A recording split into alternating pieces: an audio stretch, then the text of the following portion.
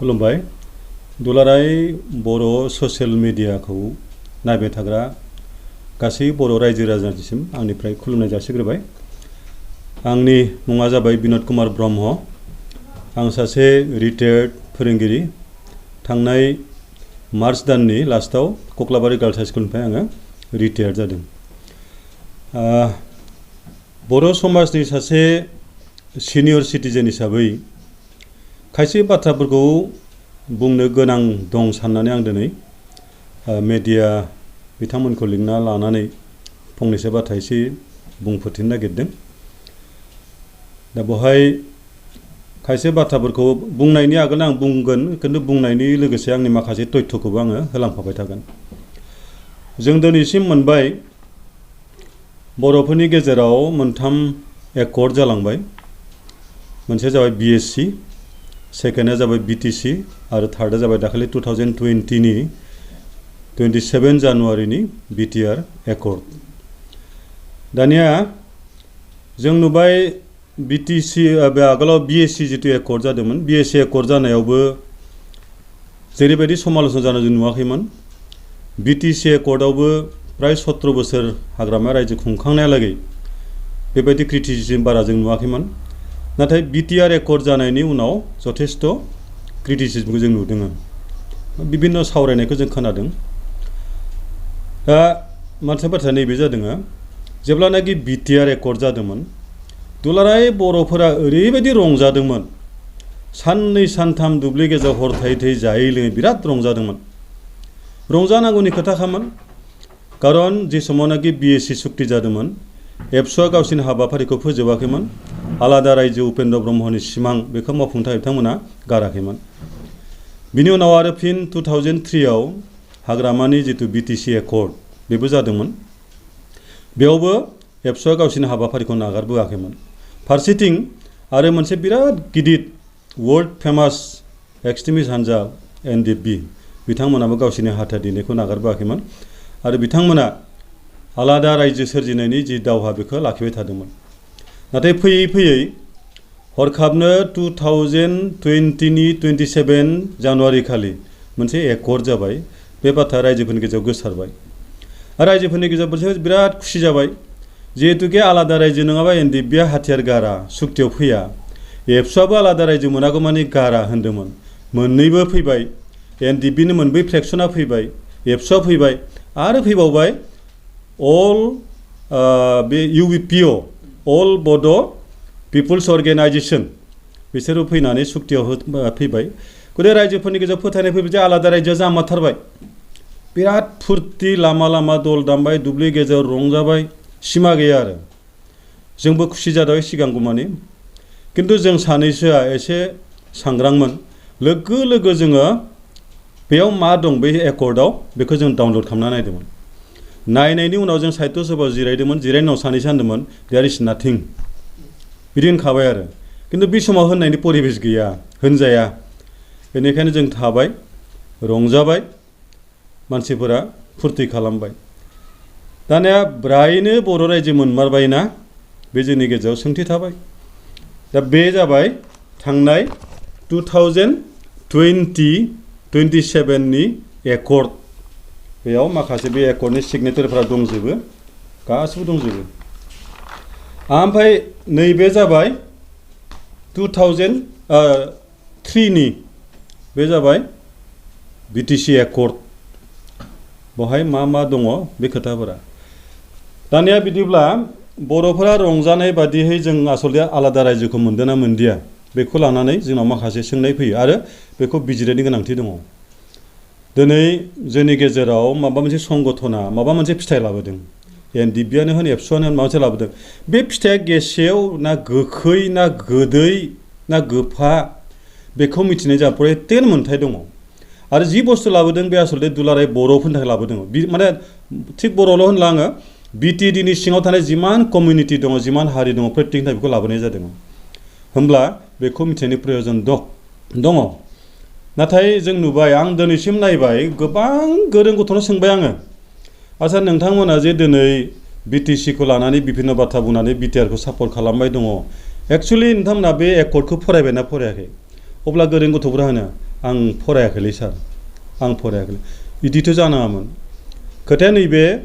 जोंनि बैसोआ जों दा सिनियराव गोलैबाय जों 60 एबभ जाबाय जोंनि बैसोआ बारा दिन गैला जोङो थैसिगोन नङाबा जोङो खिन्थु बे रायजोखौ जागोन सोर दानि आथालनियासो रायजोखौ जागोन बिसोरसो खुंनांसिगोन गतिके बेखौ साननांगौन दायित्वआ बिथांमोननि दा बिथांमोननि बेनिफ्राय जों बे बाथ्राफोरखौ लानानै सम सम सावरायो आरो बेखौ लानानै आङो मानसिफोरखौ बुङो जे बेखौ मिथिनो नाजा आरो मिथिनायनि गोरलै राहाया जाबाय गुगोलाव थांनानै नोंथांमोना बिटिसि एकर्ड 2003 डाउनलड खालाम फैगोन बिटिआर एकर्ड 2020 डाउनलड खालाम फैगोन फराय एन्ड कम्पेयार बेखौ रुजुना नायबा बहाय मा मोनगोन नोंथांमोना मिथिगोन आं बिदि बुंबाय थायो खिन्थु गोबाङानो हयथ' नायबाय खायसेया हयथ' नायाखै दाबो प्रायानो नायाखै खिन्थु जि नुबाय प्रायानो नायाखै आरो बे नायनायनि उनाव माखासे गोरों गोराफोरा खोथा बुंनोबो लादोंमोन नाथाय बुंग्राफोरखौ ओरैबायदि खालामबाय जेरैबायदि बुंबाय खनसे बुंनायसो बुंफिननो हाया जाहैबाय माने अपमान लेथ्रा रायो दालालि थालालि माबा माबि होनो ओमफ्राय बिसोरो गावबा गावनि एस्टाब्लिश जानाय जितु सनमान बेखौ नस्थ' खालामनो बानानै गोबाङानो बेफोरनिफ्राय गोजानाव थादों खिन्थु बे जोंनि बिराद खहा जादों जे जाथोंसै जोंहाथ' दिन गैला गावसोर मा खालामथों होनना खायसे हगारदों नाथाय बेबायदि थाबाय थायोब्ला जोंहा आरोबाव बांसिन खहा जागोन बेनिखायनो आं बे बाथ्राखौ लानानै गोबां मानसिफोरखौ बुंदोंमोन जे बे बाथ्राफोरखौ एसे सावरायनांगौ बुंनांगौ आरो आं जोंनि प्राइमारि साहित्य सभायाव बुंदोंमोन जे बे बुस्थुखौ लाना खनसे रायलायनि दे ओरैबायदि रायलायगोन माने जास्ट रिड आउट खालामगोन बबाव मा दं जों मिथिलायगोनल' खिन्थु जों खुनु डिबेट जाया आरो खालामनोबो गियो बबेबा पलिटिकेल बायार्स माबा माबि होनगोन गतिके खालामा ओरै जाबाय दा जेखि जाया आङो नै दा बे सुक्तिनि खोथाफोरखौ एसे रायलायनो नागिरदों दा नै बहाय बिटिआर एकर्ड नैबे बिटिसि एकर्ड आरो बे एकर्डफोरा नैबे जितु 6 शिड्युल टु द कन्स्टिटिउसन बेयाव बिएसि एकर्डआ हाबना दं बिटिएस एकर्डआ हाबना दङ नाथाय बिटिआरआबो हाबगोन नामा दासिम हाबथ'वाखै आरो बे लेखाखौ फरायनायनि बिराद प्रयोजन दं खारन व्हाट इज द 6 शिड्युल बेयाव मा दं व्हाट आर द फांसन मा पावार दं बेफोरखौ मिथिनाया जोंहा अत्यन्त गोनांथि दङ आरो बेखौ आं सेंग्रा हान्जाफोरखौ गोरोंफोरखौ खावलायनो लुबैयो बे लेखाखौ फराय बेखौ फरायनानै उनाव जों खायसे बाथ्राखौ मिथिनो हागोन दानिया बिटिआर एकर्डखौ जोङो नायबाय बिटिआर एकर्डआवबो दं प्रिएम्बुल दं बिटिआर एकर्डआव एम्स एन्ड अबजेक्ट दं सेम बिटिसि एकर्डआवबो दङ प्रिएम्बुल नैबे प्रिएम्बुल बे अबजेक्टिभ बेबायदि दङ बे बिटिसि एकर्डआवबो दं माखासे एनेक्सार स्पेसियेल पेकेज दङ बेयावबो दं स्पेसियेल पेकेज ओमफ्राय दंबावो बिटिसि एकर्डआव बिएलटिफोरनि रिहेबिलिटेसननि खोथा दं नैबाय दं एनडिएफबिनि रिहेबिलिटेसन खोथा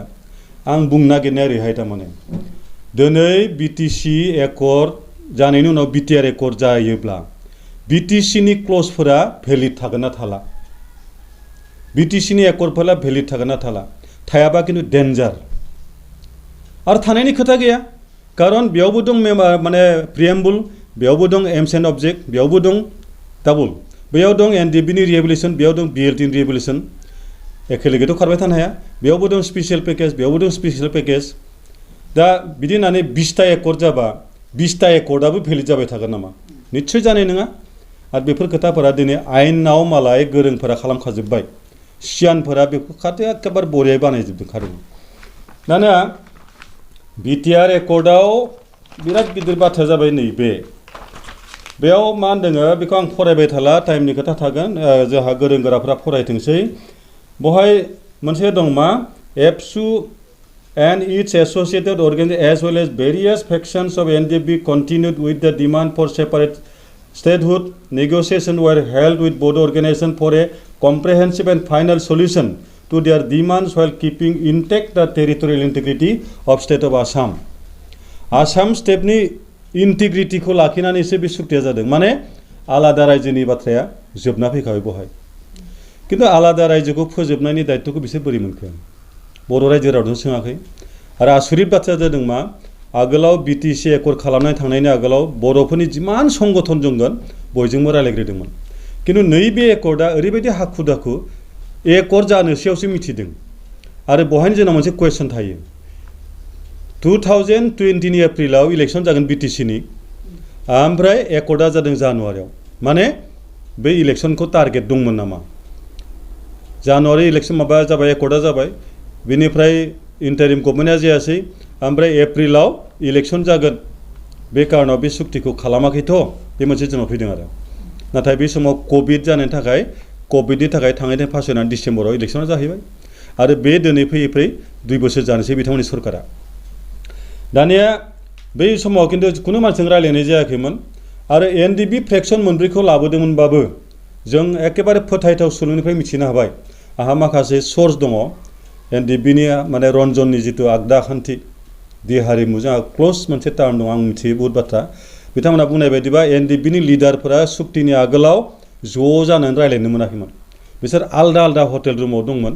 आरो बिसोरखौ लाबोनानै नैबे जितु मेमरेन्डाम अफ सेटेलमेन्टखौ फरायनानैसो खोनासंदोंमोन इभेन बेखौ स्नेपबो खालामनो हायाखै मबाइलजों गतिके बहाय मा दं खेबसेनि एसेबां गोसोआव लाखिनो सहज नङामोन आरो बेखौ बेबायदि बिथांमोना सुक्तिखौ खालामबाय आरो बहाय मा होनो comprehensive and final and while keeping the intact the territorial integrity of the state of Assam बेखौ बिदि खालामदों आं दानिया सुक्तिया जाबाय सुक्तिनि उनाव रन्जना मिथिबाय मा लिरफ्लांखो माखौ सहि खालामफ्लांखो बिथाङा दुखु फोरमायनायखौ जों खोनादों खिन्थु समाया बारग'लांदों बेनिफ्राय बेयाव मोनसे गिदिर बाथ्रा थाबाय मा सुक्तिनि अखानायै काजलगावआव उरखावगोरा ब्रह्मआ लेक्सार होबाय बे लेक्सारखौ आं दामना होनो हायो आंनाव भिडिअ दाबो दं आरो बयनावबो थागोन बेखौ ओरै माबा खालामबानो जाबाय गुगोलाव थांनानै स्पीच अफ इउजि Brahma at the time of after the day of Bodo' accord BTR accord at Kajalgaon लोगो लोगो फैगोन होमबाना बहाय बिथाङा मा बुंदोंमोन जे गासैबो एनडिबिफ्रा फैजोब्बाय दुलाराय बर' फरायसाफोरनि नाजानायाव बिथांमोना फैनानै सुक्तियाव मा लिरनाय दं नायालाबानो मेगन मिसिबनानै सहि होबाय बेथ' बिराद गिदिर बाथ्रा जादों इमान गिदिर संगठना बेखौ नायालाबानो सहि होदोंमोन मा बाध्य जादों हयथ' ओमफ्राय बेयाव होनदोंमोन उजुजिया जे जोंखौ फोथायनानै दुलाराय बर' फरायसा आफादखौ फोथायनानै बिथांमोना गासैबो सहि होबाय सुक्तिया जाबाय हाग्रामाया दिनै बिटिआर गैया माबा बिटिआरआ जाला माबा जाला ओरैहाय बे बिथाङा बाथ्राफोरखौ बुंदोंमोन खोनासंनांगोन दामनानै बेखौ दानिया बाथ्राया जादों बे मेगन मिसिबनानै सहि होदों मानो होनदों दुलाराय बर' फरायसा आफादखौ फोथायनानै थिग दं दुलाराय बर' फरायसा आफादा जातीय संगठनमोन जाय माने बिसोर थैथां जुजिदोंमोन प्रमद मोननि नाजानायाव बिथांमोनखौ फोथायथाव सानदोंमोन नामा फोथायजाथावना जानांगौमोन उनाव बिथांमोनहा सहिबाय खिन्थु दिनै मा अबस्था जाखो सुक्तिनि उनावथ' रन्जन दैमारिया जेलाव थांफिनबाय सुक्तिनि आगोलाव रन्जना जेलावनो दंमोन आरो सुक्तिनि समाव बिथांखौ बहनना लाबोबाय दाना कुवेसन जायो हमना लाबाय जोङो 27 जानुवारिया रन्जन दैमारिनि मोनसे हाबा जुलि बे हाबायाव हिन्जाव गोदानखौ लाबोबाय ओमफ्राय हिन्जाव गोदानखौ लाबोनायनि उनाव बेखौ आरो जेलाव लांफिनबाय हिन्जाव गोदाना रायजोखौ सोरजों जागोन बिनि संसारा बोरै जागोन बे बोरै जाखो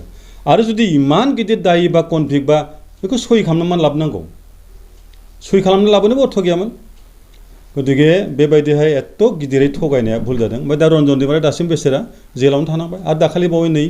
भार्डिक्ट मोनसे होबाय हल लाइफ जेलाव थानायखौनो होनबावबाय बहायबो माखासे केरन हाबनानै दं होनना जोंहा मोनसे फोथायनाय दङ गतिके बेबायदिहाय बे एकर्डा जालांदों ओमफ्राय दानिया बहाय होनदों मा अबजेक्टिभ्स अफ एम्सआव बै बिटिसिखौ आगमेन्ट खालामनाय टु एड्रेस इस्यु रिलेटिं बड' रिसाइडिं आउटसाइड आङो जोंनि जेनेरेसनखौ बुंबाय बेखौ फरायबाय था गोबाव जागोन नोंथांमोना फराय बयबो फरायनानै बेनिफ्राय बहाय नुगोन नै बहाय दं to promote the protect social cultural linguistic same बहायबो दङ to provide legislative safeguard to ensure accelerate development of the tribal areas to rehabilitate members NDB faction खिन्थु बहायनो हाबना थानांगौमोन एनडिबिफोरनि कमप्लिट रिलिज बेयाव हाबना थानांगौमोन आरो बेखौ रिलिजखौ जुदि बिथांमोना गनायाब्ला सुक्तिखौबो खालामनाङामोन खिन्थु बिथांमोनखौ बाध्य खालामदों आनखि धीरेन बर'खौथ' सुक्तिनिफ्राय बाहेरायाव दोननो नागिरबाय थादोंमोन खिन्थु बिथाङा हाग्रामानि बै समाव एडभाइस लानानै बहाय हाबना थादों नङाबा बिथाङा हारसिं जानानै हयथ' दिनैसिम साजा मोनबाय थागौमोन दा बेखौनो होनबाय मा उनावहाय पिस एकर्ड पिस दाथ' डिक्सनारियाव सोदोबखौ नायबा मा नुयो जेरावनाखि मानसिया माबा मोनसे एन्जय खालामो वानफोरा फुलफिल जायो मानसिया मोनसे हेपिनेस फैयो बेखौसो पिस होनना बुङो किन्तु दिनै मा नुदों जोङो पिसनि जायगायाव रनजन दैमारिया जेलाव दङ रनजन दैमारि माखासे केडारा दिनैसिमबो न'आव फैनानै न'आव थानो हायाखै टाइम टु टाइम वारेन्ट दङ सामन दङ बिभिन्न जायगायाव थाना बिथांमोना एटेन्ड हैनांगौ जेरावनाखि जथेस्थ' थाखा फैसा खरस जानो गोनां जादों इज इट पिस बेथ' पिस नङा ओमफ्राय प्रमदआ मा होनो बे समाव जे एकर्डआ जानायनि उनाव दिनै बयबो मानसिफ्रा न'आव फैना थाफैबाय बिमा बिफाजों लोगो मोनबाय बिदा फंबाय लोगो मोनबाय सोरखौ बुंनो नागिरदों एबसुखौ बुङोब्ला आं ओरै बुंगोन एबसुआथ' खारथिंनानै थाखुमानानै आन्दल खालामखायाखैना न'आव थानानै खालामदोंमोन एबसुआलाय न'आव फैनानै थाफैफिननो मोननायनि मा खोथा दं थाफैनांगौमोन बैसोरसो एनडिआबो थाफैनो मोननांगौमोन आरो बिसोर दिनै गोजोनै उइदाउट एनि सामन उइदाउट एटेन्डिं एनि कर्ट बिसोरो गोजोनै थानो मोननांगौमोन बेथ' दिनै जायाखै अनेक खस्थ' बिथांमोननि गेजेराव दिनै जादों ओमफ्राय बे एकर्डआव मा दङ नैबे आं माखासेखौ फरायबाय थाला नैबे दङ 3.2 बहाय मा दं 3.1 खौ आं फरायग्रोनि 3.1 Inclusion of village contiguous to BTD and having majority tribal population as demanded by Bodo organization. Bodo organization फोरा दाबिनाय बादियै BTD नि खाथियाव स्टाफआव थानानै माने more than 50% जुदि नांजाबना थानाय गामि दंब्ला बिसोरखौ बेयाव सोनाय जागोन किन्तु बिदिहाय आसलते आयेना मानिया नोंथांमोना रायजोफोरा मिथिगोन बै जितु बिटिसि एकर्डआव किन्तु मालाय गामिखौनो मख'ना होथारदोंमोन माखासे माने लिरना होखादोंमोन बेयाव ओरै दङ बिटिडि ना नै दा area of proposed BTC shall comprise all the 3,882 villages and areas to be so notified by the state government गामि मख'दों गामिनि नामफोराबो दङ बेखौ बहनना नायबा मोनो बै माबायाव डाउनल'ड खालामना नायबा मोनो दा बे रोखोम ओमफ्राय बै जितु होनबायना कन्टिगुवास जितु गामि दं बेफोरखौ सोनो हागोन होननानै आं नायबाय दाखालि सोनाबखैथ' गैखाला खोलाखैथ' जाखाया साहाखैथ' गंगार हाजो सानजाखै थांबाय जों साथाम मास्टार बेरायहैदों माने आसलते प्रमदमोननि डायलगा बेसेबां थार दिपेनमोननि जोंनि सानजानि सिमाया 5-9 हाबबाय जों सानजाखै किन्तु जोङो एकेबारे कन्टिगुवास मोर देन 50% बड' पपुलेटेड एरिया जों नुवाखै बेथ' पसिबल नङा गैयाथाय गैया मोनसे सिमा बुना होमोन जे आप टु गहपुर सिमुलगुरि बेयाव बर'फोरखौ बाख्ल' बुख्लैबाबो सोनाय जागोन लिरनांगौमोन बेथ' लिरनाय गैया बेयाव कन्टिगुवास होनना बुङो बेवहायनो मोनसे आरो बाथ्रा फैदों आसामनि चिफ मिनिस्टार हिमन्त बिश्व शर्माया मा बुंबाय दङ जे बेखौ लानानै रायजोफोरा आतंकित जानो नाङा मानोना बे सुक्तियाव आनडिभाइडेड सनितपुरनि कुनु मोनसे अंशखौ बड'लेण्डआव थिसनगोन होननाय प्रस्ताब गैया बेखौ लानानै रायजोफोरा जेबो गिनांगौ गैया स्वयं मुख्यमन्त्रिया होनबाय दं फारसेखै जोंहा दिपेनमेन्टआ होनबाय दं हाबगोन हाबनायखौ जों बिराद वेलकाम खालामो जों लुबैयो आरोखि जोंबो लुबैथारो ओमफ्राय जों नायबाय हाबथारोबा ओरै रेल लाइननि साहा बिराद बर'फोर दं आप टु सिमुलगुरि बेफोरखौनो सो हायोबालाय किन्तु खोथाफोरा क्लियार जानांगौमोन बेयो फरेस्टआनो जा माबायानो जा बा माने खाज्लायनानो जा बे सोथोंमोन किन्तु बेबो दिनै जे अबस्थायाव दङ हिमन्तनि डायलगावनो जों बुजिनो हाखायो जे जोंनि भबिष्यतआ असम्भब बायदि नुहुरो किन्तु जों लुबैयाखै जे असम्भब ना गारनो जोङो हाबनायखौ लुबैयो किन्तु हाबनायनि लामाया एखेबारे क्लियार दा नङा ओमफ्राय 3.2 आव बेयाव मा लाबोदों exclusion of villages currently under BTD which are contiguous to non-6 scheduled areas and have majority non-tribal population Bodoland 6 scheduled नांजाबनानै थानाय non-6 scheduled area बेयाव जुदि बर'फोर गुबुन नन ट्राइबेलफोरा जुदि नन बर'फोरा कन्टिगुवास दंबा बिसोरखौ एरख'नो हागोन दा बेनि गेजेरजों बिथांमोना बुंनो नागिरदों जे बड'लेण्डनि सिमायाव जुदि गुबुन हारिफोरा रोजा थायोबा जोंहा बड'लेण्ड दानायाव आख' फाख' जागोन गैयाथाय गैया जों हरनांगौ बेथ' बाथ्रा जानो नाङामोन बेखौ एरख'ना जोंनि माखासे गामि थाबोगोन आरो बबे रायजोआव बबे जाथि मोनसेल' दङ इमान दिन बिसोर मानिबोबाय 17 बोसोर बिसोर मानिना फैखाबायानो गतिके बिसोरखौ एरख'नायनि मा खोथा दङ ओमफ्राय बेयो जों मानिना सोलिबाय दंमोन लाखिनांगौमोन ओमफ्राय दाना 3.3 डेन्जारास बर' ससाइटिनि जेनेरेसन थाखाय आं बुंखाबाय मोजां आन्दाज ला increase in constituencies of BTC up to the maximum of 60 seats after alteration in the area without adversely affecting the existing percentage of reservation for tribal. Very dangerous. मा होनदों बड'लेण्डनि एरियाखौ एसे दानखा दुनखा खालामनानै 60टा समष्टि बानायनाय जागोन आरो बर'फोरनो होखानाय जितु ट्राइबेल रिजार्भेशन बेबायदिनो सिदा थागोन नुनायाव खिन्थु सहज माने 60 समष्टि जायोबा जोंनि समष्टिया बारायगोन बायदि नुदों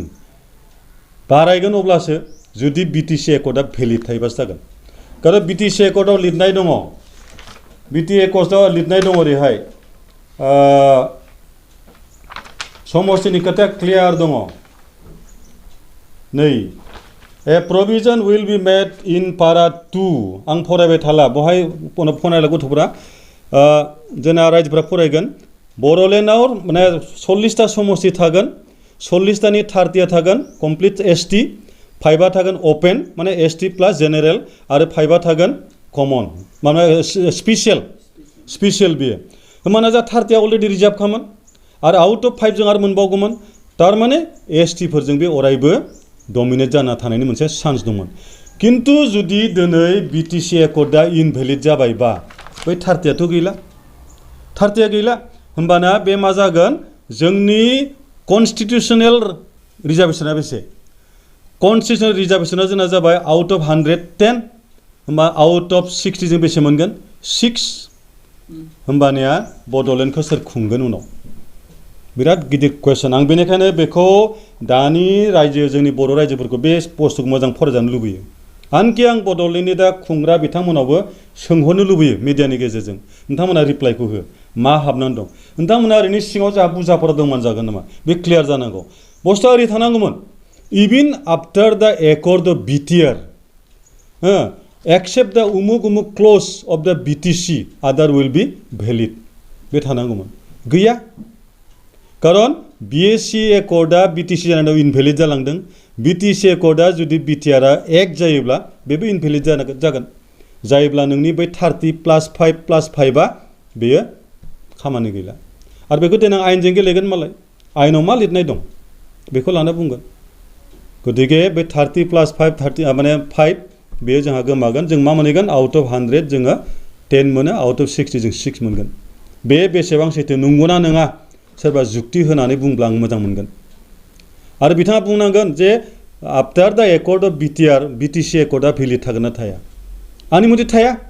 मानो थाया बेयावबो दं प्रिएम्बल बेयावबो दं प्रिएम्बल बेयाव दं एम्स एन्ड अबजेक्ट बेयावबो दं एम्स एन्ड अबजेक्ट बेयाव दं स्पेशल पेकेज बेयावबो दं स्पेशल पेकेज बेयाव दं एनडिएफबिनि रिहेबिलिटेसन बेयाव दं बिएलटिनि रिहेबिलिटेसन पेरेलेलथ' खारबाय थाया गतिके जुक्तिखौ आंबो खोनासंनो लुबैयो सेनियर होननानै आं रोंजोबगौ आं दाबि खालामाखै मिथिनो आंबो लुबैयो ओमफ्राय मोनसे बुस्थुखौ आं इनायनो बाजादों आंनि नामा बिनद ब्रह्म आंखौ आइ आफाया खांबाय जन्म होदों नामखौ दोनो बिनद ब्रह्म आंनि आइ आफाया आंखौ फेदेरनो हायाखिसै मोजाङै सोरबा सासे आंखौ फेदेरबाय फोलावबाय हमना प्रमदानो आंखौ फेदेरबाय माने फोलावबाय फेदेरबाय ओमफ्राय बिथाङा आंखौ गोरों लेखा गोरों बिराद मोजां खालामबाय मानसिखौ बिदिनो आंनि नामखौ सोलायगोन नामा आंनि खराथ' फेरब्रै जायाखै आंनि आखायाथ' फेरबा जायाखै आंनि आथिङाथ' फेरथाम जायाखै बेयाव मा होनदों नै दा existing Bodoland territorial areas district BTAD shall be renamed as Bodoland territorial region comprising area covered under BTAD बिटिएडिआनो बोनना लानाय जायगाखौनो बिटिआर नामल' सोलायनाय जागोन आहा बिराद गिदिर आपत्ति दं बहाय मानो आपत्ति दं जारिमिना मोनसे जातिनि बिराद गिदिर आयना बे जारिमिना मानसि समाजनि गोरोन्थि मोजांखौ दिन्थिनानै आगोलखै दावगालांनायनि जोंनो मदद खालामो आरो बै बिटिएडिखौ जायफोरा सृष्टि खालामदोंमोन गोबां मानसिया ब्लाड सेड खालामदोंमोन गोबां मानसिया खस्थ' मोन्दोंमोन बिसिनि बियो मोनसे दानाय सिन बेखौ जों अनार होनांगौ जोंनि सिनियर जोंनि गोजामफोरखौ जों अनार होनांगौ बिटिएडिखौ डिलिट खालामनायनि गेजेरजों बिथांमोननि बावनायखौ जोङो नाकस खालामनाय जादों आरो नामखौ सोलायनाय मा अर्थ दङ जुदि एरिया बिनोबा आरो बिखौनो जुदि बारायगोनबा नों पावारखौ बारायना लाबानो जाबाय किन्तु दिनैसिम खुनु सिमा बारायाखै मायाखै बेनो बि दङ गतिके बे नामखौ सोलायनायनि मा अर्थ दङ बेथ' एख' मोजां जायाखै बेयो बर'फोरनि आगोलनि मावथिफोरनि थै अरखो मुगैनाय नेवसिनाय जादों आरो बेबायदिनो थांबाय थागोन नामा होमब्ला दिनै जायफोरानाखि मावबाय दं बिटिआरनि लिडारफोर जानानै बिथांमोनाबो मोनसे समाव नेवसि जालायगोन होमबाना जातिनि जारिमिनानो गोमालांबाय थागोन जोंहा होमबाथ' बे जोंनि थाखाय बिराद गिदिर खहा जागोन गतिके आं बे नामाकरण नमेनक्लेचाराव आंहा बिराद आं व्यक्तिगतभावे आं इसेबो सहायनो हाया आङो बिटिआर माने Bodoland territorial areas district BTR shall be rename बेखौ आं बुङाखै दै रायजोफोर नै बेखौ फराय बै बिटिआर रेकर्डखौ फरायना नायबानो जाबाय बेथ' बिराद आपत्ति खालामनो गोनां मानो सोलायनांगौ जाखो बेदिनो ओमफ्राय जोंनिया बहाय नामाकरण दंखायोमोन आरामसे नैबे माबा बिटिसिनि आगोलाव बे माखासे गोदान आरो बहाय माखासे कनस्टिटिउसनेल एमेन्डमेन्ट खालामदोंमोन ओमफ्राय सुक्तिनि उनाव जा प्रमद बाबु सारा गेदेर मिथिङाव बुंबाय जे जोङो बड'लेण्ड टेरिटरियेल रिजन दाबाय रिजना बेसेबांबा गुवार बिराद गिदिरनो मानोना नर्थ इस्टनि बे सातखान रायजोखौ लानानैसो रिजन होनना बुङो खिन्थु रिजना मा बुस्थु नै बहाय नायदो बेवहाय नायोब्ला नैबे संबिजितनि बेयाव मा दङ नै बे रिजन ओरै दोङो बे पेराग्राफ 1 आव दं दै 1 2 if there are different scheduled tribes in an autonomous district be under the 6th schedule day the governor may by public notification divide the area or areas inhabited by them into autonomous region district council नि सिङावनो थानानै जुदि बबेबा कमिउनिटिया बे district काउन्सिलनि गभर्निंखौ जुदि satisfied नङाबा बिसोरो गभर्नरनाव बिनानै गभर्नरनिफ्राय आलादा रिजन दाफिननो हायो माने उइदिन दा बड'लेण्ड गुबुन रिजनबो जानो हायो दा किन्तु आबा नै बहाय मा दङ बे पावारफोरखौ नै गभर्नर मे बाय पाब्लिक नटिस मा खालामनांगौ इनक्लुड एनि एरिया इन दा पार्ट्स ओमफ्राय एक्सक्लुड एनि area create a new autonomous district increase द एरिया अफ एनि अट'नमास डिस्ट्रिक्ट बे माखासे पावारमोन बाट बेयाव मा होनो दोङो प्रभाइडेड that nothing in this sub paragraph shall apply to the Bodoland Territorial Areas District. गभर्नरनि बे पावारखौ बै एकर्डआव एमेन्डमेन्ट खालामनानै पुरा बातिल खालामना दोनदोंमोन बेसे मोजांमोन दायो दिनै बड'लेण्डआव मा जाबाय दं बिटिआरआव बै दा बर'फ्रा होख्रावबाय दं आरो गुबुनखौबो एनकारेज खालामगोन नैबे क्लज करागोन बिटिआर बिटिडि गैला बै 6 शिड्युलनि बै गभर्नरनि पावारा गैला खारन बातिल जाबायबा बेथ' थानाय नंलाना बै बिटिसिनि जितु एमेन्डेड बुस्थु बेथ' थानाय नंला थायाबा गभर्नरा बे पावारखौ बाहायफिनगोन बाहायफिनोबा बिटिडिनि सिङाव गुबुन कास्टफोरनि थाखाय आरोबाव गुबुन रिजन दानायनि सान्साबो थाफैसिगोन मा मोजां जाखो बेयो गतिके बेबायदि खोथा दिनै बेल' नंबावा ओमफ्राय जोंहा थांनाय माबायाव नैबे क्लजखौ लाबोदोंमोन बिटिआरआव 6.3 आव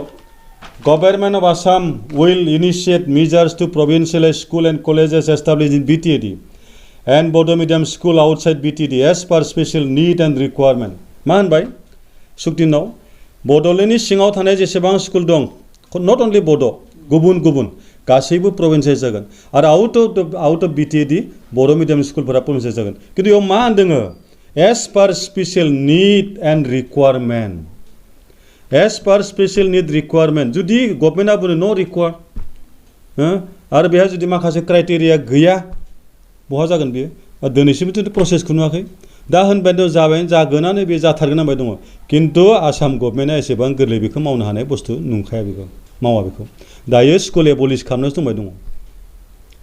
स्कुल एबलिश खालामनाय अबस्था दंबाय दङ जोंनि खाथियाव गंब्रै जादों आंनि बे खाथि खालायाव मोनसे फुंबिल एमइ स्कुल एबलिश जाबाय बैयाव एडिटिएस जाबाय बै बाथौपुरियाव जाबाय बाथौपुरि एमइ स्कुल सकादलाव बिदिनो आरो बै कारहानायाव जेरावनाखि जोंहा मन्टु बर' एमसिएलए मास्टार मावोमोन बिफर माने बिकामिं दा एमसिएलए बेयावनो मास्टारमोन बिथाङा एट दि टाइम जास्ट बिफर दा इलेक्सन बिथाङा बेखौ रिजिगनेसन होदोंमोन गतिके बेबो मोनसे स्कुल बे गंब्रै स्कुला जोंहा गोमाबायसो जोंहा स्कुला बारायनांगौमोन प्रभिन्सियेल जानांगौमोन खिन्थु बेबस्था दा दिल्ली जाबाय आं बे जायगा फिसा जायगानि उदाहरन होदों बेबायदि बे सारा बिटिआर बेसेबां दं खुनु सिमा गैया दा बेबायदि खोथा माखासे बेनिफ्राय जोंहा आगोलाव बिटिसिआव मा दंमोन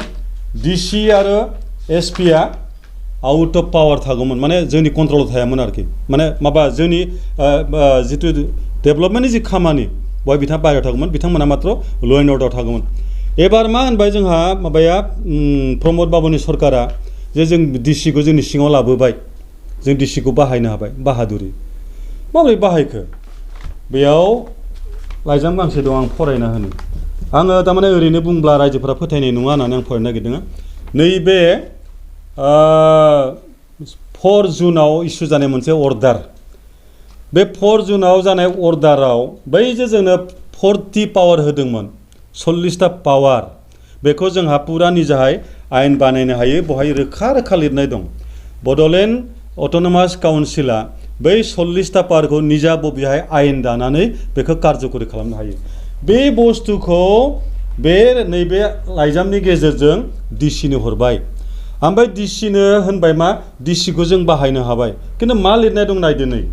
आङो गासै फरायला ओमफ्राय मा होननाय दङ फार्दार दे उइल माने डिसिफोरखौ होनदो दै they will prepare annual action plan and get it approved by the Principal Secretary BTC with respect to the subject entrusted above for the purpose of their performance appraisal to be forwarded annually to the Personnel Department Government of Assam. DCआनो बै 40टा पावारफोरनि सायाव action plan लागोन annual action plan ओमफ्राय बेखौ BTCनि प्रिन्सिपालसिम approve लागोन ओमफ्राय बेखौ बे monitoring खालामगोन बेनि सायाव कमप्लिट दायित्व लागोन आरो व्हाट द आउटकाम बिनिफ्राय मा फिथाइ जादों बेखौ बिथाङा पार्सनेल डिपार्टमेन्ट गभर्नमेन्ट अफ आसामनोसो हरगोन नट टु द चिफ अफ बिटिसि डिसिखौ जों बहा बाहायनो हाखो डिसिखौथ' बड'लेण्डआ एपइन्टमेन्ट होआ डिसिनि माबा मोनसे कमप्लेन होयोबा आसाम गभर्नमेन्टआसो होगोन आरो आसाम गभर्नमेन्टआसो बेनि सायाव एसिआर लिरगोन जोंनि बिटिसिआ लिरनो हाया बे रोखोम माखासे जोङो जोबोद खस्थ' नुदों सेनियर समाजा ओमफ्राय सेनियर समाजा बेखौ खस्थ' नुनानै जों दिनै बिराद बिजिरदों गोबां दङमोन आं दा टाइमनि खोथा थाबाय नैबे आं दा खावलायनायनिखायनो सेंग्राफोरा बयबो फरायनानै बेखौ बयबो मिथिनो नाजा ओमफ्राय स्पेसियेल पेकेजाव मा लिरदों बिटिआरआव मा लिरदों बिटिसिआव मा लिरदों स्पेसियेल पेकेजा बेसेबां दं बेवहाय गासै 48 दं बिटिआरआव 48 स्पेसियेल पेकेज दं बेवहाय मा लिरदों Government of Assam may earmark a sum of rupees 250 crore per annum for a period of 3 years. बबे 3 years को लादों बबे year को up to 2050 सिम थागोन नामा एक करोड़निफ्राय लायोबा दिनै बोसोरनि जानोसै नङा होमबा एक करोड़निफ्राय लायोबा बोसोरनि जानोसै आरो एनादार 1 year दंबोयो दायो बे 48टा स्किमखौ माब्ला मावगोन बेसे मावनो हाखो आरो फैसाफोरखौ बेसे दिहुननो हाखो आरो ओमफ्राय मा होनदों बे फैसायाबो ओरैसो दोङो मा होनो government of Assam may earmark होनो हागौसो दोङो नट सेल ओरैसो जानांगौमोन जे माने per year 250 crore from the government of Assam and central shall be provided सेलनि बाबा एसे कमान्डिं उइलनिख्रुइबो आरो जरबाव आरो बिटिसिनाव दङ उइल दङ एसे गोलाव जाबाबोथ' उपाय गैला बाथ्राफोरखौ क्लियारबो बहननांगौ जाहैबाय नालाय नङाबा आरो बेखौनो खायसेया माबा माबि हमलायगोन नै ओरै दंमोन in order to accelerate the development of the region and to meet the aspiration of the people the government of India will provide financial assistance of rupees 100 crores per annum for the 5 years 5 बोसोरनि थाखाय आरो बेखौ होनदोंमोन will provide in a may earmark अच्छा May जाबाय होबायानो दे दिनै 250 crore जुदि बोसोरथाम मोनोबा जों 1500 कोटी मोनगोन 1500 कोटीया बोसोरथाम थाखाय बोसोरथामाथ' बोसोरनि थांबाय बोसोरसेयाव बहनजोबनो हागोन ना आरो बेखौ मा होनदों बहाय लिरनाय दंखायो नै बै स्पेसियेल पेकेजफोरखौ सोर मावगोन गभर्नमेन्ट अफ इन्डिया नै बेखौ मावगोन गभर्नमेन्ट अफ आसामा बेखौ मावगोन गभर्नमेन्ट अफ इन्डिया बेखौ मावगोन गभर्नमेन्ट अफ आसामा बेखौ मावगोन बेबायदि दा जों आसलते ब्लाइन्डलि खोथाफोरखौ बुंलायबाय थानाङा जुक्ति बुंनो नांगौ रायलायनांगौ प्रत्येकआनो फरायनांगौ प्रत्येक बर'फोरा फरायनाय खारन जोंनो माबा मोनसे फिथाइ दं फिथाइया गोखा ना बिसो गोनां ना गोदै बेखौ जों मिथिनो नांगौ दा बेनिखायनो आं खावलायो ओमफ्राय बहाय बिटिसि एकर्डआव मा दंमोन नै बे बिटिसि एकर्डआव मोनसे बिराद मोजां बाथ्रा दंमोन जोङो अरायबो आपवार्ड जानांगौमोन किन्तु जोङो मा जादों बेखौ आं एसे फरायनो नागिरदों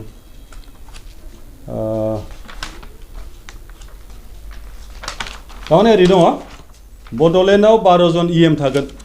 माबायाव बिटिसिआव 12 जन इएम थागोन आरो बिनिनो सासेया जागोन चिफ सासेया जागोन डिपुटि चिफ आरो बिथांमोना जादों फुरा माने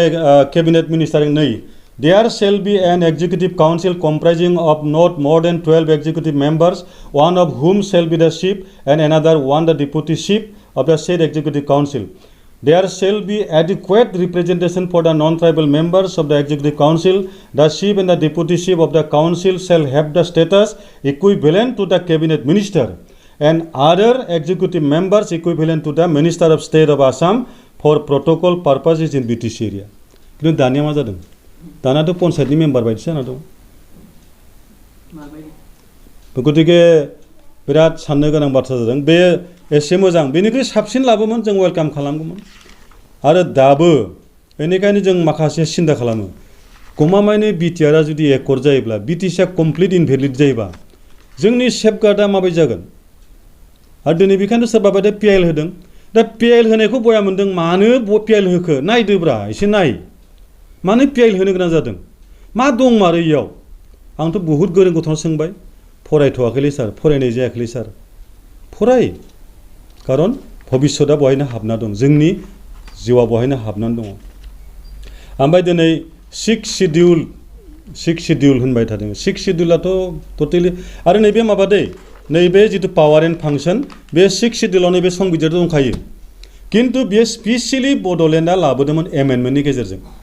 बै जे डेपुटि चिफ थागोन आरो इकुइभेलेन्ट टु दा माने केबिनेट मिनिस्टार थागोन बे स्पेसियेल लाना फैदोंमोन आरो बेनिखायनो बै समाव कार्बि आंलं डिमा हासाव गुबुनफोरा बुंदोंमोन बर'फोरनि अट'नमास सिक्स शिडिउला बहुद सायाव बिथांमोना जोंखौ दा दुखु खालामो नोंथांमोना मानो खोमाना लाखो होननानै दाखालि जन इंटिकाथार जायनाखि मोनसे समाव माने क'क्राझारनि डिसिमोन आरो बिथाङा प्रिन्सिपाल सेक्रेटारि बुहुत मावलांदोंमोन बिथाङा बहुद बाथ्रा बुंदोंमोन जों बिथांमोननो सोलोंना लानांगौ मिथिना लानांगौ ओरैनो इमसनेलि फटनो माबा मोनसे होनानै जोङो बाथ्राफोरखौ दानगारनो नाङा दा बेयाव गोबां बाथ्रा दं बेफोरखौ फरायनांगौ सेंग्राफोरा स्पेसियेल पेकेजनि खोथा दं माबा माबि बाथ्रा दङ ओमफ्राय दायोथ' बिएलटिनि केडारफोरा मालाय सोब रिलिज जाजोब्बाय जोंहा एनडिपिना मा जाना थाखो ओमफ्राय बिराद मोनसे गेदेर बाथ्रा जाबावदों आरोबाव दा जे बिटिआर एकर्ड जादों बै बिटिआर एकर्डफोरनि क्लजफोरखौ जुदि इमप्लिमेन्ट खालामनांगौबा बेखौ टाइम टु टाइम प्रेसारखौ सोर होगोन टाइम टु टाइम प्रेसार होग्राया जानांगौ मोनसे प्लेटफर्म थानांगौमोन दायो बे प्रेसार होग्राया मोनसे प्लेटफर्म थालांबाय एबसु मोनसेया जाबाय इउबिपिअ बिसोर होनो हागोन ओमफ्राय एनडिपिआ गावस्राना दंमोन खिन्थु मोजां खबर दाखालि मोनसे दाफिनाय बिसोर इउनाइटेड फराम अफ एक्स एनडिपि बिथांमोना बिनि गेजेरजों प्रेसार होनो हागोन खारन दिनै प्रमदआ हालिया प्रमदआथ' नंलाना एबसु नंला बियो आरो जुदि इउनाइटेड एनडिपि गैयामोनब्ला रन्जनाबो हालामोन गबिन्दआबो हाया धीरेनाबो हालामोन खिन्थु दा गबिन्दमोनाथ' एनडिपिआव गैला बे जे बुंनो हाया दा बियो आयेना बुङा बेखौ बुंनायनि अधिकार बेहा गैला बै प्लेटफर्म दिनै आसाम एकर्ड जादों बेसेबां बोसोर आगोलाव बे आसाम एकर्डखौ सोर इमप्लिमेन्ट खालामनो नारसिनबाय थायो आसुआ खालामबाय थायो आसुआ खालामो आरो बै पार्टि आगोलाव जुदि माबा दंबा खालामगोन किन्तु उनाव जानायफोरा बे जाया नै दा बेनिखायनो बे मोनसे डेन्जारास बाव ओमफ्राय मोनसे खालामनो हायो बिटिआर गभर्नमेन्टआ किन्तु बिटिआर गभर्नमेन्टआ जुदि गाबोन कमप्लिट बिजेपि जायोबा हमना लाबाय नेक्स्टआव बिजेपिआ फैजोब्बाय बे बिजेपिआ बिटिआरखौ गभर्नमेन्ट सालायबा बिसोर इमप्लिमेन्ट खालामनो होगोन ना रिपिल खालामगोन बिसोरथ' बातिल खालामसो बुंगोन बिराद गिदिर बाथ्रा बेनिखायनो दिनै एबसुआ बे प्लेटफर्मखौ रैखा खालामबाय थानांगौ प्रेसारनि आरो इउबिपिआ लाखिनांगौ ओमफ्राय जोंहा दा इउनाइटेड फराम फर एक्स एनडिपि बिथांमोना जयै बेखौ टाइम टु टाइम नारसिननांगौ दिनै खैबार नारसिनखौ जों खबर मोनाखै बेखौ आसलते प्रेसाराइज खालामनांगौ अब्लासो इमप्लिमेन्ट जागोन नङाबा खिन्थु बहुद संबिधाननि खोथाफोरा ओरैनो थालांबाय थायो गतिके बेबायदि माखासे बाथ्रा बेल' नङामोन अनेक दंबावो दाथ' टाइम टु टाइम जों बिदिनो रायलायबाय थागोन ओमफ्राय समय मथे जों कुइसनफोर फैबा जों बिदि बहनबाय थानांसिगोन ओमफ्राय दाखालि दा आं दिनै माखासे बाथ्रा बुंबाय बे ससियेल मिडियायाव बुंनायाव जोंखौ मा होनलायगोन आं दा मानो बुंदों आं सेनियर हिसाबै बुंदों दे सेनियर सिटिजेन जाबाय बर' समाजनि जोङो आरो जों बुङाबा सोर बुंगोन जोंनि जारिमिनखौ सोर मिथिनो आंथ' बुंबाय प्रमदआ जेब्ला जन्म जायाखैमोन आं जेल जाखांबाय प्रमदखौ आक्रमन खालामना बुङाखै आं प्रमदखौ लानानै दिनै मानो बुंनो बेनिबो मोनसे कारन दं आङो 74आव जेल जादों आरो आं अब्ला खनसे थैखांबाय माबोरै थैदों गायनाय गोलाव जासिगोन आं आन्दलन खालामदों आं मिथिया क्लास 8आव फरायो आन्दलन खालामना जाला ब्लकआव पिकेटिं खालामबा हरखाबनो ट्राकआव माखासे मानसि फैनानै गाग्लोबफैदों माखासे फख्रियाव बारसोमबाय मेथेंगा सिङाव सोरबा थाखोमाबाय हुलाबारजों सुबाय गनजों नाख्रेबबाय ओमफ्राय आंखौ सिलाइ खुन्दाजों दैदों नैबे खर'आव आं हायाव गोलैना थानोसै सेन्ट्रेल जानानै पुलिसफोरा आंखौ गाग्लिदों दसे उनाव आं थर बोनानै खारदों आरो अब्लाबो सासे बारिनिफ्राय हारसा मानसिया नैबाव आंखौ गोदनायाव सुदोंमोन अलपल' नांदों ओमफ्राय आं खुनुरुखुम थांनानै फैफिननो हादों बेबायदि आङो बै समावनो 1974आव आन्दलन खालामनायाव बाहागो लाफैनो मोननाय बिनि उनाव पिटिसिनि आन्दलनजों बारसोमनो मोन्दोंमोन उन्दैबाबो बिनि उनाव एबसुनि आन्दलनाव न' बां गारना खारदों न' सावजादों आंहा फंबाय दाखालि सासे गोमाबाय एनडिपिआव हाबनानै आहाबो आं दा बोरैबाबा फंबाय थैनायखौ मोजांबो मोनबाय नैबे कारनाव आंनि फंबाया जुदि थैयामोन दा जुदि फैफिनोमोन नंनायनि नङिनि सामोन मोनगौमोन खोमा बेबो बै पिस एकर्डआव नंनायनि नङि सामोन मोनगौमोन आरो बियो थांबाय थानांगौमोन थाखा फैसा बाहायनो बे हयथ' लेबार मावनो फैसा दिहुननो गोनां जागौमोन गैयाथाय गैया जिबनखौ बावनो ओंखारदों बावलांबाय बिराद दुखुनांथाव बाथ्रा एनडिपिनि मोखांफोरखौ नुबा एखेबारे बिराद दुखु नाङो अनेक जालाखाद बिलाखाद जाना दङ आरो बेखौनो होनबाय दं शान्ति सुक्ति व्हाट डाज मिन दा पिस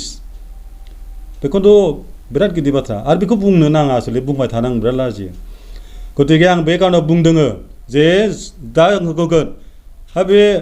माने दाखालि बावै रिटायार जानानै आन्दलनजों जेबो लोब्बा गैयै मानसिया हनै गुब्ला ओंखारलायबाय होनना बुङो आन्दलन दङ न' सावजादों न' गारनानै थानांदों पुलिस मिलिटारिनि उत्पात सानफ्रामबो सोरांनाय लोगो बिलिफाङाव आंनि आइया पुलिसनि अत्याचाराव थैलांदों अनेक खस्थ' मोनदों जोङो गतिके आन्दलन जोंहा कमप्लिट शेयार दङ आरो जोंल' नङा बै समनि मानसिफोरनि स्पिरिटआनो बेलेगमोन प्रत्येक मानसियानो रमान हांखोनि आन्दलन बारसोमजोबोमोन बै समनि माने बोराय बेन्थ' सेंग्रा सिख्ला बयबो माबायानो बेलेगमोन जोंनि मुदानो बेलेगमोन पिटिसिनि आन्दलन आलादा रायजोनि बयबो ओंखारोमोन बड'लेण्ड आन्दलन खुनु खोथा गैयामोन बयबो ओंखारदोंमोन गतिके बै समनि मानसिया प्रत्येकआनो कन्ट्रिबिउसन दङ आं बेखायनो बुंदों नङाबा आंखौ होनलायगोन अबेनिफ्राय गुब्ला ओंखारगोन होननानै जा जथेस्थ' कन्ट्रिबिउसन दङ ओमफ्राय प्रमदनि बाथ्राखौ लाबोनाय कारना नैबे दाखालि 18 आगस्तआव बर'फोरनि जोंहा रिनाउन्ड स्कलार बिनेश्वर ब्रह्मनि थैनाय सान फालिनायाव बै गौरां दै सेरावमोन नामा जायगाया आं थाङाखै खिन्थु आं मिथिदों आरो बिथांनि बुंनाय बाथ्रा आंनाव दङ आंनाव भिडिअ फुटेज दङ बिथाङा बुंबाय माने साननैसो सिगाङाव ससियेल मिडियायाव आंखौ खास्रि बिस्रि ओरैबायदि बुंबाय सयज' खालामथावा जोंनियाथ' खायसेया बुंबाय मा बांद्रायबायलै बेना बुंनोसै नामा बेखौ होनोसै नामा आं बुंदों न' माने प्रमदआ बुंदों आरो न' लेट हिम स्पिक प्रमदआ बिदि बुंदों दाना कुवेसना गिदिर हाबना दङ दिनै बर'फोरनि गेजेराव मिडिया गैया बारा असमिया मिडिया जानांगौमोन बे बाथ्राखौ बारे बारे रिपिट खालामनानै कुवेसन खालामबाय थांमोन साংবাদিকफोरा मा बुंनो नागिरदों होनोसै नामा मा होननो नागिरदों लाइफ थ्रेटेनिं आरो बे होग्राफ्रा सोर बियो प्रमदनावनो सोंलायनो हायो बेथ' बिराद गिदिर कुवेसन हाबना थाबाय आरो बियो समाव रिपारकेसन बियो माबा जागोन आरो रिफ्लेक्ट जाबाय थागोन बियो बे बाथ्राया बे रिफ्लेक्ट जागोन बेखौ आं बुङाखैमोन हानाय नङा आंनाव दं भिडिअ फुटेज बयनावबो दं ओमफ्राय बहायनो होनबावबाय बिथाङा माखासे रिटायार मानसिफोरा आगोलाव गावनि साख्रिखौ लानानै एन्जय खालामबाय आरजिबाय स्रि थाबाय खबर गैया नै दा गुब्ला फैनानै बिराद जातिनि बाथ्रा बुंनो नागिरदों दा आंखौ बुंथावथाव खिन्थु आङो साहित्य सभानि 14 बोसोर सार्भिस होबोदों बै माने कक्लाबारियाव जानाय जितु साहित्य सभानि सेन्ट्रेल साहित्य सभा बेनि आं रिसिपसननि सेक्रेटारिमोन बेखौ कमप्लिट बानायनानै आङो बेंक नट जेराव जना दंबाय आं 24 लाख थाखा होदोंमोन गरसे फैसा दाहार गैयामोन बेल' नङा सेन्ट्रेल ब्रह्म धर्मखौ खुंफुंना होदोंमोन आं बहाय आरो बेजों फैसा माखासे गालांबो बेजों अफिस पाक्का न' एसे लुदोंमोन बेल' नंबावा दुलाराय ब्रह्म माने बाथौ धोरोमनि बिराद मोनसे महासभा जादोंमोन बेनि मूल आर्निं सर्स हिसाबै आं खामानि मावदोंमोन गतिके जों बबाव गैया आरो बे ओनसोलाव एबसुनि बे आन्दलननि पिरियडनि उनाव जोंनि गेजेराव मा जादोंमोन दायना बुथारलायनाय मोनसे बिराद गिदिर बेमार जादोंमोन बेयाव आङो बे ओनसोलाव साहित्य जोंनि बर' साहित्य सभा आसाम साहित्य सभा पुलिस एबसु आसु जेसेबां दं बयखौबो लाना आं बिनिनो आफादगिरि जानानै बे दायना फोथाय होबथा जुथुम दानानै गोबां मानसिफोरखौ थैनायनिफ्राय रैखा खालामनो हादोंमोन गतिके कन्ट्रिबिउसन नागिरोबा आं दिनै फोरमान होबाय बेनिफ्राय बिथाङा बेदि खालि बुंबावदोंमोन जे खायसे मानसिफोरा ओरैबायदि बाथ्रा बुङो जेन आखायाव पिस्तलसो लाखादों आं प्रमद सारखौ खावलायगोन नोंथाङा सिप जानानै खायसे बाथ्राफोरखौ जेरै मेरै बुंबा गथ'फोरा बिनिफ्राय गाज्रि इन्डाल्स मोनो बेखौ एसेमान बुंनायखौ आं बाजादों आरो बुंनो नाङामोन खावलायगोन बेनिफ्राय बेल' नंबावा जोंनि गेजेराव अनेक बाथ्रा ओंखारबाय थायो जे नंबाबो नङाबा हाग्रामाया 17 बोसोर रायजो खुंलांबाय आरो 17 बोसोरा माने 2 इयार्सआ जादोंमोन इन्टारिम गभर्नमेन्ट नङा होमबा बेनि उनाव 15 जाबाय माने इलेक्टेड बडि दानानै बेखौ मा होनबाय थायो जाख्ल'जोब्बाय 17 बोसोराव जेबो मावासै होनबाय थायो आं फिसा उदाहरन होनि आंनि न'निफ्राय आं जेराव स्कुलाव मावदोंमोन सिके हाइ स्कुलाव आगोलाव बै सिके हाइ स्कुलाव आं थांनाय लामाया दोंथाममोन मोनसे ओरै दावधाराजों गिदिंबा 5 किल'मिटार जायो सिमलाजों गिदिंबा 8 किल'मिटार जायो ओरै गेद्दा गिद्दि आंनि गामि गेजेरजों थांबा 3 किल'मिटारनि बारा जायो मोनसेबो लामाया मानसि थाबायथावना नङामोन खिन्थु 2000नि उनाव दा बे लामाया मेगन नुसिनानै गारि सालाय जायो दावधाराजों थां नोंनो 10 मिनिटबो नांला सिमलाजों गिदिं 10 मिनिटाव मोनगोन ओरैहाय थां 5 मिनिटबो नांला बेफोर बोरै फैखो बे फिसा उदाहरनसो होदों आङो बेल' नङा बै दुमनि हाथाव थांबा जों लामा गैयामोन बर' बाजार दानि जितु हेड अफिस मुसलपुर लामा गैयामोन दानि जितु सालबारियाव थांनाय जोंनि साब डिभिजन अफिस लामा गैयामोन बे बोसोरनियाव मावबाय नामा जोंहा इउ पि पि एल आ आं ओरै बुंनो नागिरदों हाग्रामानि आं माबा खालामाखै दै प्रपागान्डा खालामाखै आङो ओरै बुंनो नागिरदों जे मावनायखौ मावनाय होनना बुंनांगौ ओरै बुं जे 17 बोसोराव बिथांमोना जेसेखिनि मावदों बेयो खिन्थु सेटिसफेक्टरि जायाखिसै बहुद हाबावगौमोन जोंनो होदो जों मावनोसै बिदि बुं जाख्ल'नायथ' नङा दाथ' ओरैसो होनो रायजोफोरा हाग्रामाया जाख्ल'दोंमोन माने बिलाइ गांसेखौ जाख्ल'बा एसे खाख्लाब खुख्लाब बिलाइ थायो आरो दानिया जाजोबदोंनो मन'जोब्बायसोनो आं होनाखै जाग्रा रायजोफ्रासो होनबाय थायो मावदों नामा मोनफा मोननै आंथ' दाखालि नुबाय मामोन बे इन्टार 6 सिडिउल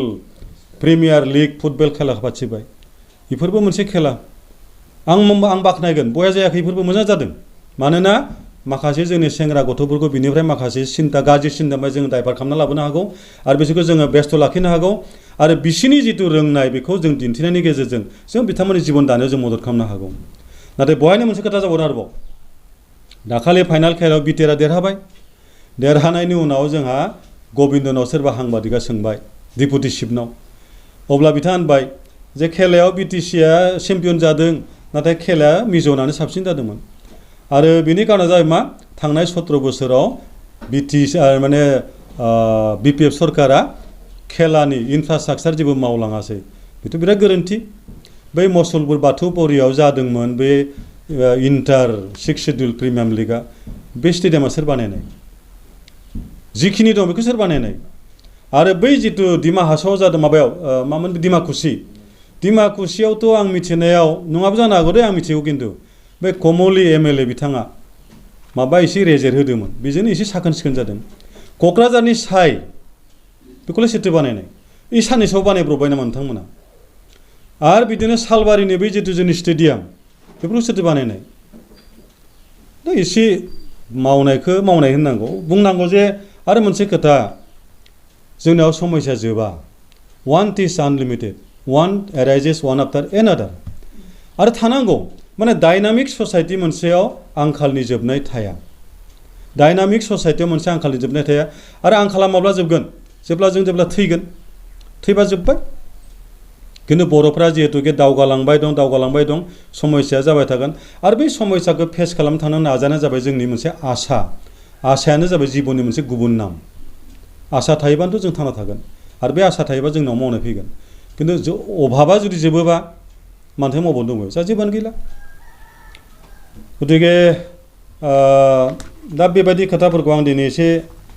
बुंनो मोननानै गोजोननाय मोनदों आरो आंनि उद्देश्यआ जाबाय मा आं मूलत खावलायनो नागिरदों जोंनि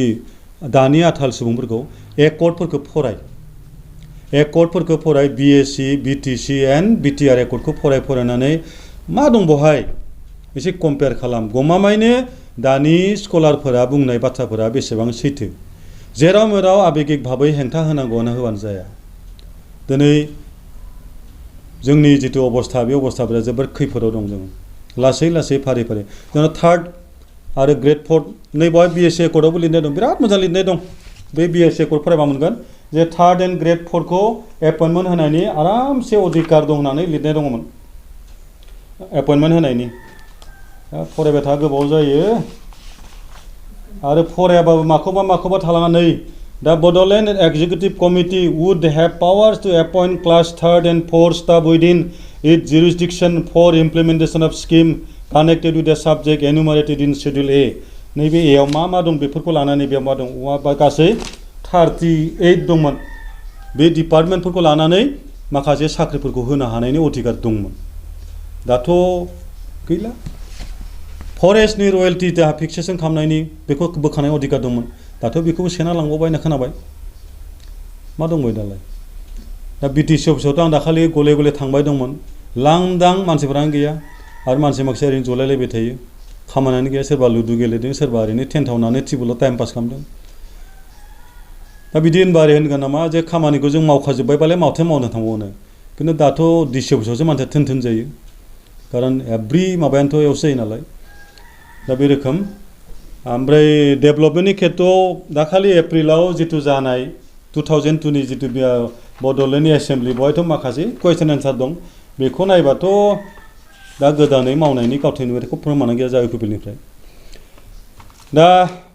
आं UPPL थिग बुङाखै जाहा एकर्डनि उनाव जिहेतु UPPL सरकार दाबाय नालाय UPPLनि खोथा फैबाय ओमफ्राय माने BPF खौ होनबाय थायो गेजेर आं ओरै बुङाखै जे BPF खौबो मोजांद्राय मावदों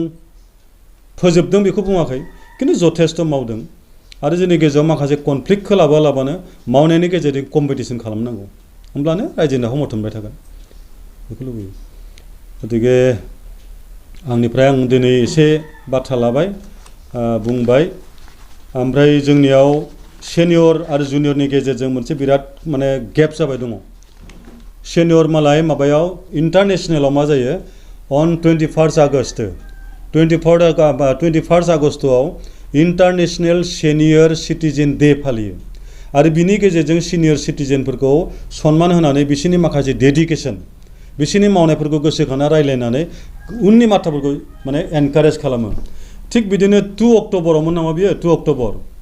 ना 1 अक्ट'बर ना 2 अक्ट'बर 1 अक्ट'बर जागोन बियो बहायबा जाबाय मा इन्टारनेशनेल older persons डे फालिबावो आरोबाव बेबो बिदिनो किन्तु जोंनियावथ' जों नुवाखै दा जोंनि गेजेराव सेनियरफोरनि प्रति माने बिराद मोनसे ब्लेम जेबो मावाखै जेबो रोङा बेबायदि थानो नागिरो किन्तु जों माखासे सेनियरनाव गोबां जारिमिन हाबना दं आरो बेनिखायनो सेनियरफोरखौ खावलायनो लुबैदों सेनियरफोरा गिनांगौनि खोथा गैया खोथाफोरखौ स्रां बुंनांगौ ओमफ्राय जोंनि दानि उन्दै जेनेरेसनखौ मोजाङै दैदेनलांनायनि प्रति जाहा दायित्व लानो नांगौ बेफोरो बिदिनो माखासे खोथा दंबावो टाइम टु टाइम जों बुंलांबाय थासिगोन बुङाबा जानाय नंला जिहेतु जों बुंलांबाय थासिगोन दा आङो एसे गोबाव टाइम लाबाय कुइसन खालामबाय दङ दै माने जोंहा BTR एकर्ड जानाय उनाव BTC एकर्डफोरा जुदि इनभेलिड जाबायब्ला बिराद डेन्जार बेखौ लानानै जोंनि जेनेरेसना भाबि मानोना 3.3 आव फरायनायदोंमोन 3.2 आव फरायनायदोंमोन 3.1 आव फरायनायदोंमोन दानि BTR एकर्ड मा दं फराय होमबाना बाथ्राफोरखौ मिथिगोन बेनिफ्राय समालोचना खालामनो लुबैयाखै माने दानि सरकारखौबो बिथांमोना 2 बोसोरल' जादों मावगोन नामा मावनायखौ लुबैदों किन्तु माखासे प्रतिश्रुतिफोरखौ ओरैनो होलाबायनो नाङा जेरै जोंहा दाखालि बावै इलेक्सनाव होनबाय उइदिन द 3 months आफ्टार द इलेक्शन हानि पाट्टाफोरखौ होगोन वेलकाम बिराद मोजां मोन्दोंमोन जोङो खिन्थु दाथ' बारबाय गैया जागोन ना बेयावबो सन्देश दङ गतिके ओमफ्राय जितु दा बै माबाया गामि इनक्लुजन बेथ' गेदेर बाथ्रा नै दा खिन्थु एक्सक्लुजना जे अर्डार जाबाय दं केस होदों माबा होदों ओमफ्राय आगोलनि सरकारा बै डिब्रुगड़आव बड' एमआइएलनि इउनिभारसिटि गायसनना हैदोंमोन बिभिन्न इनफ्रास्ट्राक्चार जोंनाव जादोंमोन लामानिफ्राय अफिसनिफ्राय दा जानायफोरखौ जों नुदों बयबो बेनिखायनो ओमफ्राय मोनसे खोथा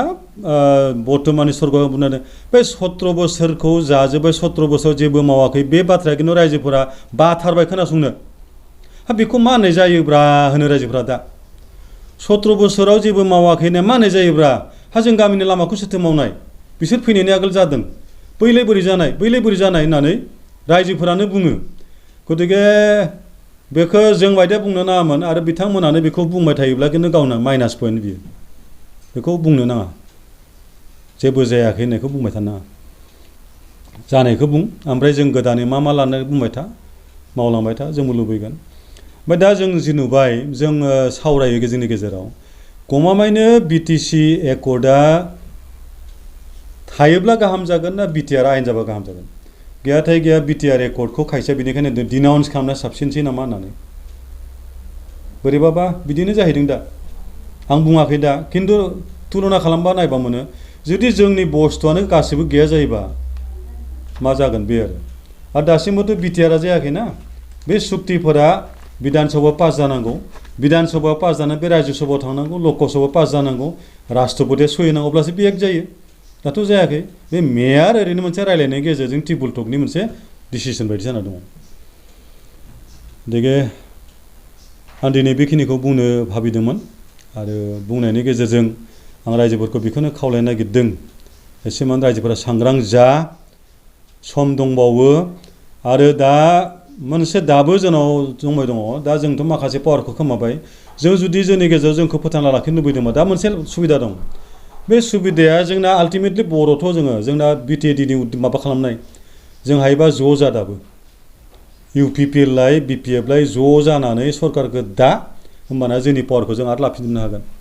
दाथ' जों मालायनि गेस जानानैसो सलायबाय दं थांनाय इलेक्सनाव हाग्रामाया जेनाखै हाग्रामाया 17टा मोनदों बिपिएफआ माने मा रायजोनि गेजेराव बिपिएफनि प्रति अनसायनाय दाबो दं इउपिपिएलआ 12टा मोनदोंमोन आरो बेजों बे गुबुनखौ लानासो सरकारखौ दाबाय गतिके निजाहाय जेबो पावार गैया दाबो बिथांमोना जुदि बुङाबा जेबो मावनोनो हाया दिनै टाइम थायोबा आं संबिजितनि बहुद बाथ्रा फरायबो होनो हागौमोन उनावफोर आरोबाव समय मोनबा आं बेबायदि आरो लाखिबावसिगोन